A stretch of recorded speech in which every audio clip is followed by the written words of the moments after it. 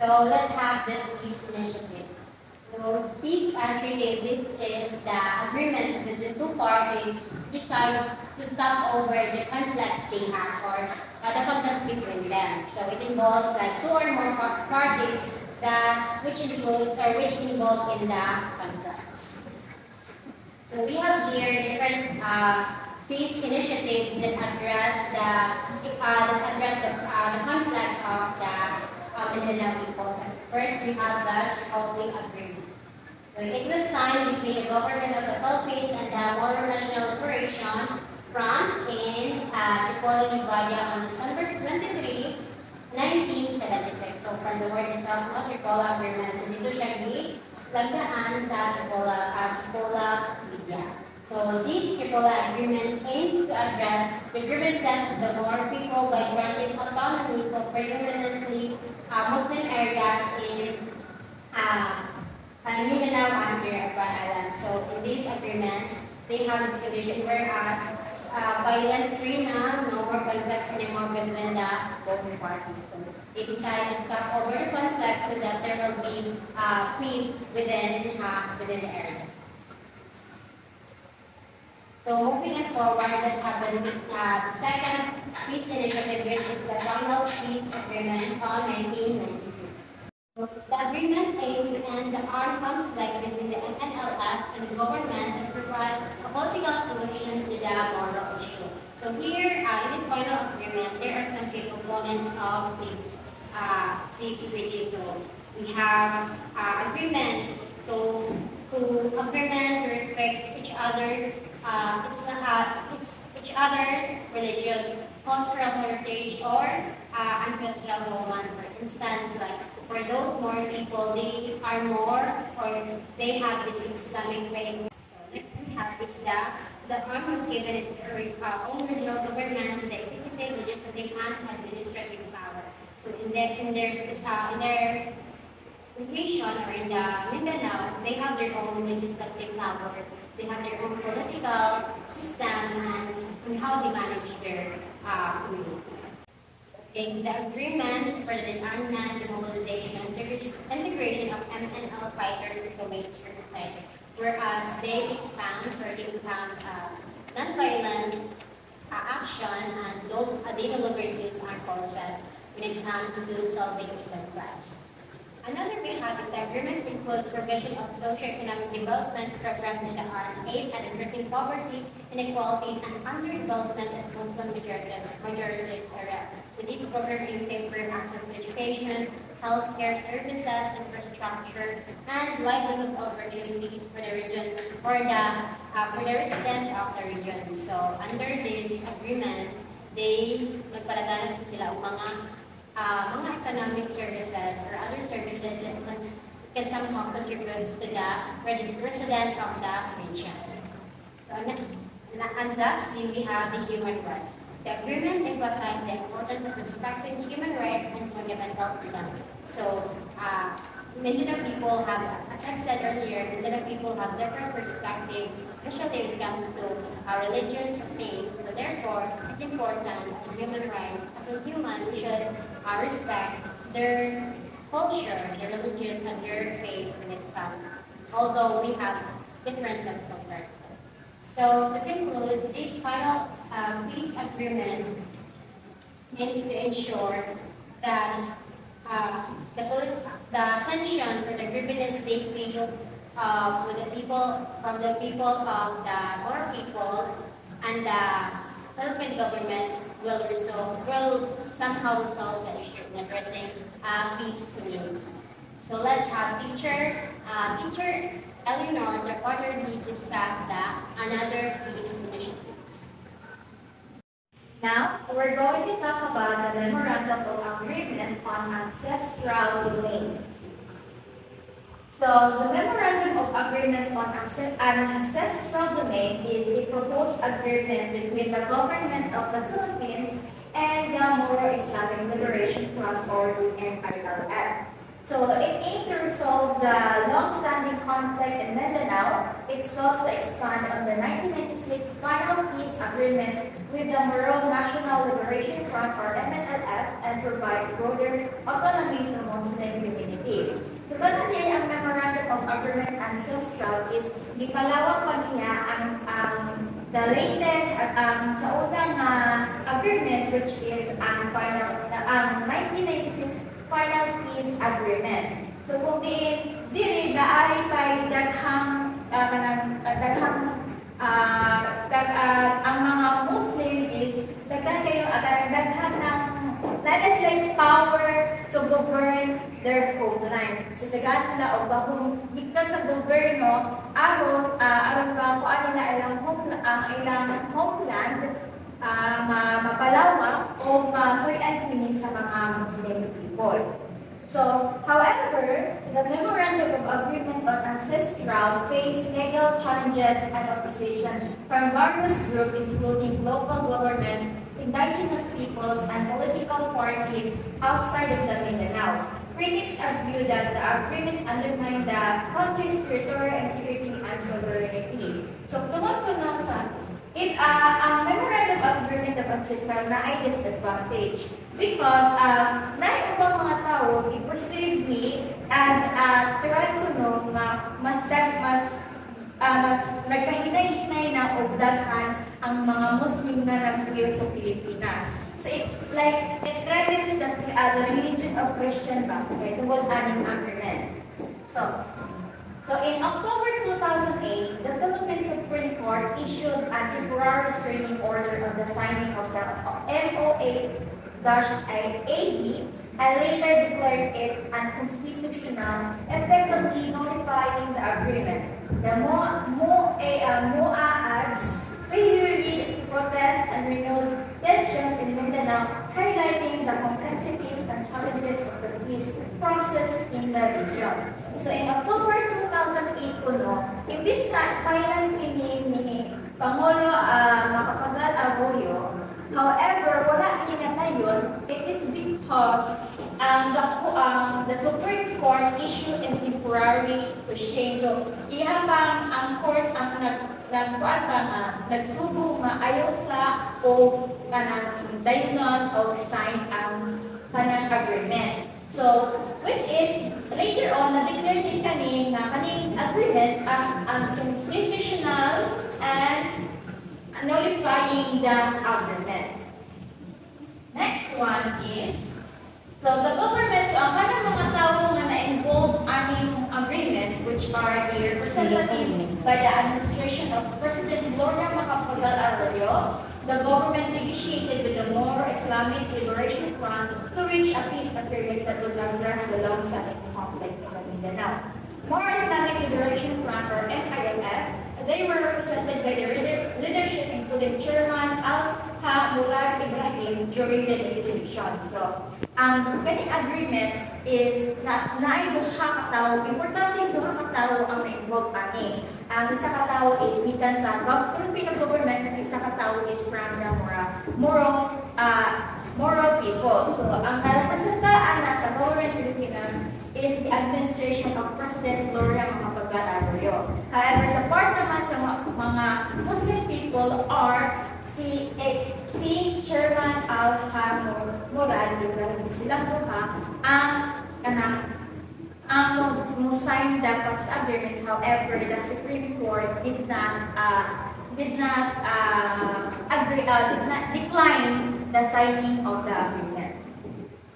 Next one is the Framework Agreement on the Bangsamoro in 2012.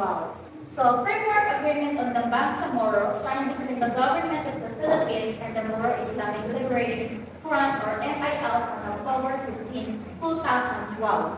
Laid the groundwork for the creation of a new autonomous political entity, replacing the ARMM with enhanced power and resources for the Bangsamoro people. So, kaning framework of agreement on that Bangsamoro is the enhanced paniya power and resources for the Bangsamoro people. So, ipinagat, dagaan ni sila og gahom nga gahong nga matagaan og daghang mga resources, maka-gain og daghang resources, o tagaan og mga kanang greater power para sa mga Bangsamoro. Mo ni ang agreement, framework agreement on the Bangsamoro. So the next one is the agreement aimed to address the root causes of the conflict, including historical injustices and marginalization, and provide a comprehensive solution through political and governance reforms. So kani siya kanang agreement is kuan siya kanang parang kani agreement para mawala ang causes sa conflicts, which is ang mga historical injustice sa mga Moro people o mga marginalization na nahitabo sa mga Moro people, and tagaan o kanang agreement is gitagaan sila solusyon para sa ilahang problema. So the agreement outline the principles of governance, wealth sharing, transitional mechanisms, and normalization processes, setting the stage for further negotiation and eventual signing of the comprehensive agreement of the Bangsamoro or CAB. So the government of the Philippines, naay duha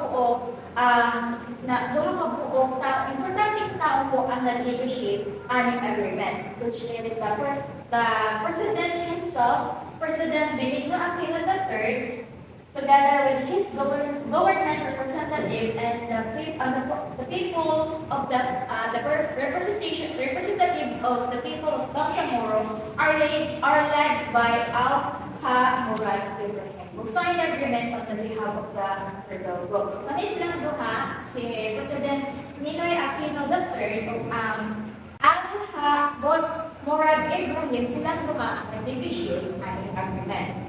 Now, I'm going to discuss about the comprehensive agreement on the Bangsamoro in 2013. So, the comprehensive agreement of Bangsamoro or CAB was signed on March 27, 2014 in Malacañang Palace, Manila, between the government of the Philippines and the MILF. Building on the framework agreement and provided a more detailed roadmap for the establishment of the Bangsamoro Autonomous Region in Muslim Mindanao or BARMN. So it addresses various issues including governance, wealth sharing, normalization, and transitional mechanism with the aim of ensuring the effective implementation of autonomy and sustainable peace in the Mindanao. So the comprehensive agreement on the Bangsamoro or CAB is iyahaning i-ensure na ang kanang agreement is effective na hitabo, effective ang autonomy, ang power na kung ilakas governance ang mga Moro people o maka-ensure na between sa Filipino government o ang Moro people is na ay peace good. Muna ay i-ensure sa CAB. So, the signing of CAB marked a significant milestone in the peace process and paved the way for the enactment of the Bangsamoro Organic Law or GO to operationalize its provisions. So, kaning signing of CAB is kaning significance kini sa mga between sa Filipino government o Moro because it ensure na imagine make sure ang kaning agreement is na-achieve peace between the two parties. So ang representative sa government is negotiating under the leadership of President Benigno Aquino III and together with his government representative. So ang representative sa mga tao sa grupo sa MIF is si Alha Murad Ibrahim, who signed the agreement on behalf of the federal council. Sila gihapon duha ang nag-negotiate under the agreement. So next one is the Bangsamoro Organic Law to be discussed by teacher Ray Calisa. The Bangsamoro Organic Law 2018. The Bangsamoro Organic Law 2018 enacted by the Philippine Congress on July 26, 2018 and signed into law by President Rodrigo Duterte on July 27, 2018. operationalize the provisions of the CAB, providing the legal framework for the creation and governance of the BERMN. So, on July 27, 2018, si President Rodrigo Duterte is signing a Republic Act number 11054 or the Bangsamoro Organic Law a day after receiving the enrolled bill from Congress. So the BOL defined the structural powers and functions of the BERMN government, including its political system, fiscal economy, justice system, and administrative mechanism. So pag July 2018, the draft of their constitutions adopted by the Philippines Constitution consultative is eventually adopted with the BOL appended to it as it suggested, and the draft, the BOL's future would be more secure. Next, it was certified in the plebiscite held in January and February 2019. So pag January and February 2019, established BARMM as the new autonomous region in Muslim Mindanao, replacing sa ARMM. Next, the Philippine Congress enacted a law with the support of legislators from both the Senate and the House of Representatives. The government of the Philippines, led by President Rodrigo Duterte, who signed the law after it was passed by Congress. So, si Duterte ang first Mindanaoan president nga ni-sign sa organic law for the Bangsamoro Autonomous Region in Muslim Mindanao 3 days after his third state of the national address. So, sa Bangsamoro Transition Authority or BTA, transitional body composed of MILF and government representatives responsible for overseeing the MILF and government representatives responsible for overseeing the transition to the Bangsamoro Autonomous Region in Muslim Mindanao or BARMM. So, pag July 2017 sa BTA turned over to President Duterte a newly drafted BBL. Exactly a year later, the Senate and House of Representatives were able to reconcile their respective versions and approve it public marathon hearing. So, our last peace initiatives is the Bangsamoro Autonomous Region in Muslim Mindanao of 2019. The latest peace initiatives that between sa Moro people of the Filipino government na patong Panlawa. So, began after the ratification of the Bangsamoro Organic Law or BOL in January 2019.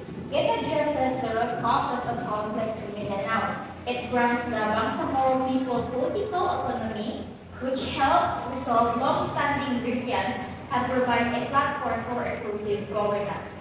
So, it faces challenges such as institutional capacity building, resource allocation, and managing expectations of the diverse communities within the regions, additionally ensuring the effective implementation of the peace agreement and reducing the interest of all stakeholders remains ongoing challenges. So, ang Bangsamoro Autonomous Region in Muslim Mindanao is kanipot siya is na-created after sa Bangsamoro Organic Law or BOL na nahitabo which happens in January 2019. So, ang Canadian Bangsamoro Autonomous Religions is kanipot siya as kung sa purpose sa open agreements is kanipot siya it also ensures na natin peace between sa government of sa Moro people.